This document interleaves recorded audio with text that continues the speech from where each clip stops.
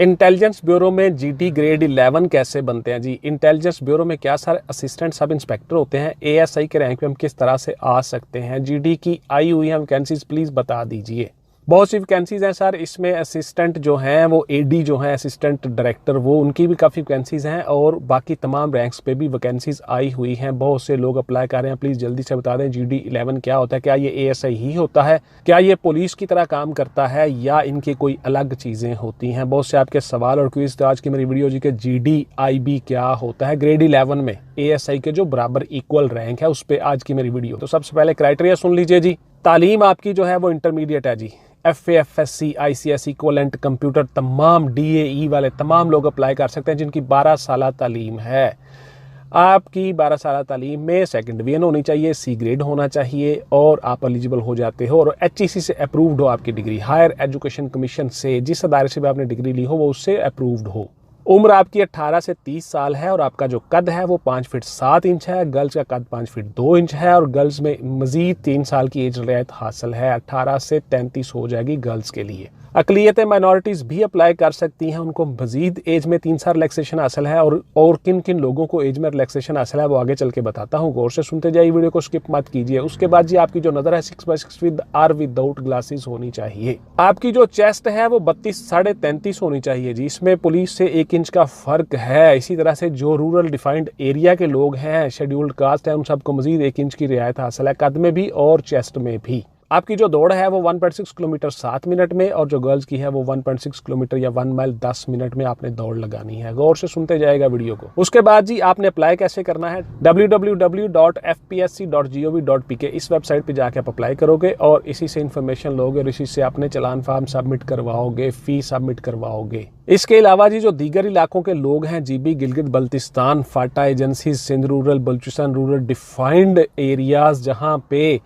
पसमानदा इलाके हैं और बोर्ड के एग्जाम्स नहीं होते हैं, उन इलाकों में भी आप सबको एज में भी मजीद 3 साल की एज रिलैक्सेशन हासिल है और चेस्ट में 1 इंच की और कद में 1 इंच की रियायत हासिल है। 5 फीट 6 इंच तक भी आप अप्लाई कर सकते हो। BPS 11 के मुताबिक आपकी तनख्वाह होती है जी अप्रॉक्सीमेटली 40 से 50 हज़ार से स्टार्ट आपकी तनख्वाह हो जाती है। फेडरल वफाकी इदारा है और इसमें बहुत ज़्यादा अच्छे अलाउंसेस है, तनख्वाह है। सिविल पार्चात में आपने जॉब करनी होती है लेकिन यूनिफॉर्म भी है आपकी। वो आगे चल के बताता हूँ किस किस तरह से आपने क्या क्या काम करने हैं। अब आपको अपने तमाम डॉक्यूमेंट्स के साथ आपने अप्लाई कर लिया। अब आपको बताता हूँ कि आपके किस किस तरीके से आप सिलेक्शन होगे और आप किस किस मरहले से गुजरोगे। फर्स्ट ऑफ ऑल आपके कागजात की डॉक्यूमेंट्स की स्क्रूटनी हो गई, आपको रोल नंबर स्लिप्स आ गई, आपको SMS आ गए, आप अप्रूव्ड हो गए इंटेलिजेंस ब्यूरो में एग्जाम देने के लिए, आप उस शॉर्ट लिस्ट में आ गए। देन आपका सबसे पहले होगा जी फिजिकल होगा जी। आपका कद और छाती मैयर होगी। कद और छाती मैयर कराने के लिए क्या क्या तरीकाकार है, किस किस तरह से आपने करना है, मेरी बहुत सी वीडियोस पड़ी हुई हैं चैनल पे, आप देख सकते हैं। अच्छा, बहुत से बच्चों की चेस्ट पूरी होती है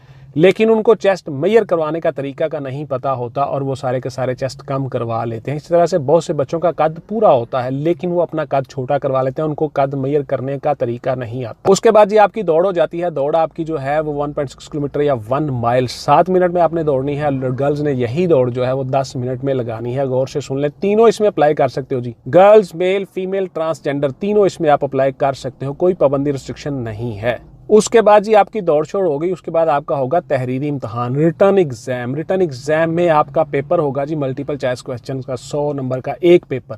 उसमें सवाल कहाँ से आते हैं, क्या क्या पोर्शन है, क्या क्या टॉपिक है, बहुत सी चीज़ें हमने अपने नोट्सों में बनाई हुई हैं। उन नोट्स से आप खरीद के उनसे फ़ायदा उठा सकते हो। बहुत से बच्चे उन नोट्स से फ़ायदा उठा रहे हैं, तो आप भी उन नोट्स से फ़ायदा उठा सकते हो और उनसे तैयारी कर सकते हो। ऑनलाइन क्लासेस में भी हमसे तैयारी कर सकते हो। तहरीरी इम्तहान में आप पास हो गए, आपने वो क्वालिफाई कर लिया। देन आपका साइकोलॉजिकल असेसमेंट टेस्ट और इंटरव्यू होगा जी। उस इंटरव्यू, उस साइकोलॉजिकल असेसमेंट टेस्ट में आपको सिर्फ और सिर्फ ये देख लिया जाता है कि आप नेगेटिव सोचते हो, पॉजिटिव सोचते हो, क्या करते हो और आपकी पर्सनैलिटी कैसी है, क्या आप सूटेबल मौजू उम्मीदवार हो इस जॉब के लिए। इस तरह से आपको उस जॉब के लिए मौजू करार दिया गया। आप शॉर्ट लिस्ट हो गए, इंटरव्यू में पास हो गए। देन आपको ऑफर लेटर जारी होंगे। ऑफर लेटर आप सिग्नेचर करके दोगे, तब आपका मेडिकल होगा। उस मेडिकल से डिपार्टमेंट में आप इंडक्ट हो जाओगे और उस डिपार्टमेंट, उस मेडिकल से आपकी सर्विस का आगाज हो जाएगा और आपकी रिटायरमेंट की एज भी वही होगी। उसके बाद जी आपकी ट्रेनिंग होगी। ट्रेनिंग आपकी 9 माह से 1 साल तक हो सकती है। GD BPS 11 की मैं बात कर रहा हूँ जो असिस्टेंट सब इंस्पेक्टर के बराबर है। 1 साल का प्रोबेशनल कोर्स आपका हो सकता है। उसके बाद फिर आपको बाकायदा डिपार्टमेंट में पोस्टिंग्स दी जाती हैं, आप वापस आते हो, पोस्टिंग लेते हो। पोस्टिंग आपकी कहाँ कहाँ हो सकती है, किस किस तरीके से हो सकती है, ज़रा गौर से सुन लें। आपकी जो पोस्टिंग है वो पूरे पाकिस्तान में कहीं भी हो सकती है। चूँकि वफाकी इदारा है, किसी भी सूबे में आपकी पोस्टिंग हो सकती है। आपकी पोस्टिंग शुमाली इलाका जात GB गिलगित बल्तिस्तान में हो सकती है, आपकी पोस्टिंग JK में हो सकती है, आज़ाद जम्मू एंड कश्मीर में, आपकी पोस्टिंग बलूचिस्तान में हो सकती है, आपकी पोस्टिंग सिंध में हो सकती है, आपकी पोस्टिंग KPK में हो सकती है, पंजाब में हो सकती है, रूरल डिफाइंड एरियाज में हो सकती है। कहीं भी आपकी पोस्टिंग हो सकती है जहां पे डिपार्टमेंट मुनासिब समझे, लेकिन आपको अमूमन आपके डोमिसाइल डिस्ट्रिक्ट्स में ही लगाया जाता है, बिकॉज आप फैमिली को भी टाइम दे लो और जॉब भी आप कर लो आसानी के साथ। तो इसी तरह से बच्चों को ज़्यादातर उनके रिहायशी ज़िलों में ही लगाया जाता है। अब जरा गौर से सुन लें जी, एज में रिलैक्सेशन किन किन लोगों को हासिल है। शोहदा के बच्चों को एज में मजीद 5 साल की रिलैक्सेशन हासिल है जी। जो यतीम हैं, बेवा हैं, तलाक याफ्ता औरतों के बच्चे हैं, उन सबको 3 साल एज में रिलैक्सेशन हासिल है। उसके बाद ये जो सरकारी मुलाजिम है, कंटिन्यू 2 साल सर्विस हो, 10 साल एज में रिलैक्सेशन हासिल है। उसके बाद जो हमारे फौजी हैं, तीनों मुसल्लह अफवाज के जो रिटायर्ड अफसरान या जवान हैं, उन सब को एज में 15 साल की रिलैक्सेशन हासिल है। गौर से सुनते जाइएगा। उसके बाद जो आपकी शेड्यूल्ड कास्ट है, उन सब को 3 साल एज में रिलैक्सेशन हासिल है। इसके अलावा जी जो जहाँ पे ऐसे इलाके जहाँ पे आपका बोर्ड का एग्जाम नहीं होता, वो स्कूल खुद ही मैट्रिक का एग्जाम लेता है। मैट्रिक की मैं बात कर रहा हूँ, हायर सेकेंडरी एजुकेशन सर्टिफिकेट, उसमें मैट्रिकुलेशन में इस तरह से उन लोगों को भी 3 साल एज में रिलैक्सेशन हासिल है। इसी तरह से जो फाटा एजेंसीज और दीगर डिफाइंड रूरल एरियाज हैं, पसमानदा इलाके, सिंध अर्बन, बलूचिस्तान अर्बन, उन सब को भी रूरल और अर्बन जहां जहां पे भी आपके ऐसी जगहें हैं जहां बोर्ड के एग्जाम नहीं होते, 3 साल एज में रिलैक्सेशन हासिल है। अब आपके सवाल सुन लें जी जरा गौर से।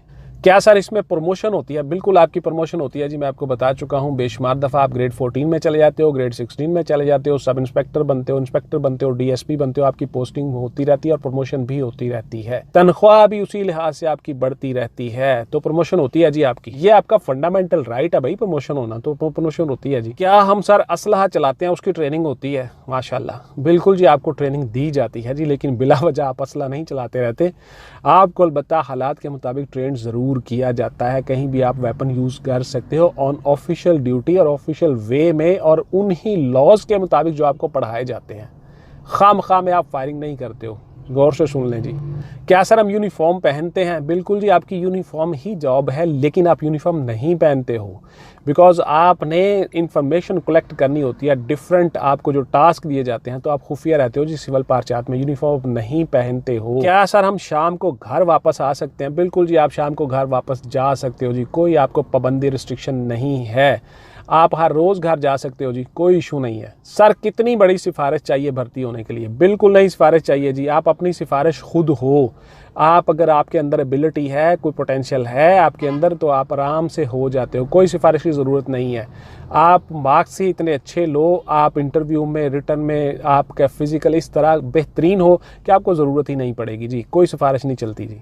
क्या सर हम मज़ीद तालीम जारी रख सकते हैं? बिल्कुल जी, आप मज़ीद तालीम जारी रख सकते हो, आपको कोई पाबंदी रिस्ट्रिक्शन नहीं है, लेकिन रेगुलर क्लासेस में जाके किसी कॉलेज यूनिवर्सिटी में आप एडमिशन लेके अपनी तालीम जारी नहीं रख सकते हो, बिकॉज आप डिपार्टमेंट के बंदे होते हो, गवर्नमेंट ऑफिशियल होते हो, सरकारी मुलाजिम होते हो, आपको रेगुलर क्लासेस में पढ़ने की इजाज़त नहीं है। अलबत्ता आप अपने तौर पर पढ़ सकते हो, आपको पाबंदी नहीं होती। आप जनाब जब आपके पेपर आएंगे, अपनी रोल नंबर स्लिप्स और अपनी डेट शीट साथ लगा के एप्लीकेशन दोगे, आपको छुट्टी मिल जाएगी, आप जाके पेपर दे लोगे। इस तरह से आप पढ़ सकते हो साथ साथ, लेकिन रेगुलर क्लासेस में नहीं पढ़ सकते। क्या सर हम इस जॉब में से PCS में, CSS में कन्वर्ट हो सकते हैं? देखिए, कन्वर्ट होना और लफ्ज़ है। कन्वर्ट होने का मतलब यह है कि यहीं से आप वहीं चले जाओ, एग्जाम, स्क्रूटनी, इंटरव्यू के प्रोसेस से नहीं गुजरो। तो देखिए ऐसा नहीं है, कन्वर्ट आप नहीं हो सकते। हाँ, अलबत्ता आप एग्जाम दे सकते हो। ये गौर से सुन लें जी, बहुत से बच्चे सवाल करते हैं। एग्जाम दे सकते हो, अगर आप उस एज क्राइटेरिया और तालीम क्राइटेरिया पे पूरे आते हो तो आप PCS का इम्तहान दे सकते हो, CSS का इम्तहान दे सकते हो, PMS का इम्तहान दे सकते हो, और वापस जाके मुख्तलिफ जॉब्स अटेंड कर सकते हो